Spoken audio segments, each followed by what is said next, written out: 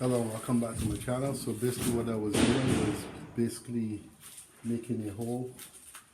As you can see, let me grab my connector here.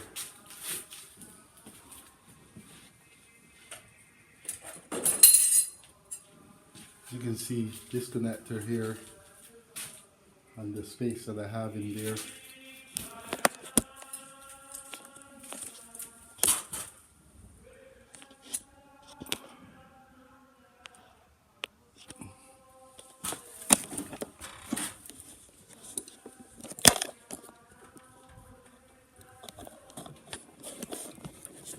The space that I have in here, if I make that knockout, it's going to not work, and I don't have the proper stuff to fit this cable in.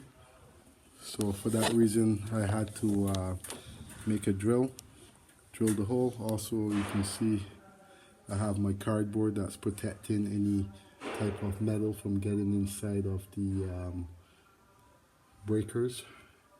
And also you can see I'm drilling with glasses.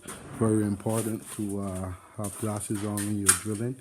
You don't want the metal to get inside of your eyes. So that's it basically for today. Please like, share and subscribe to my content, and thank you.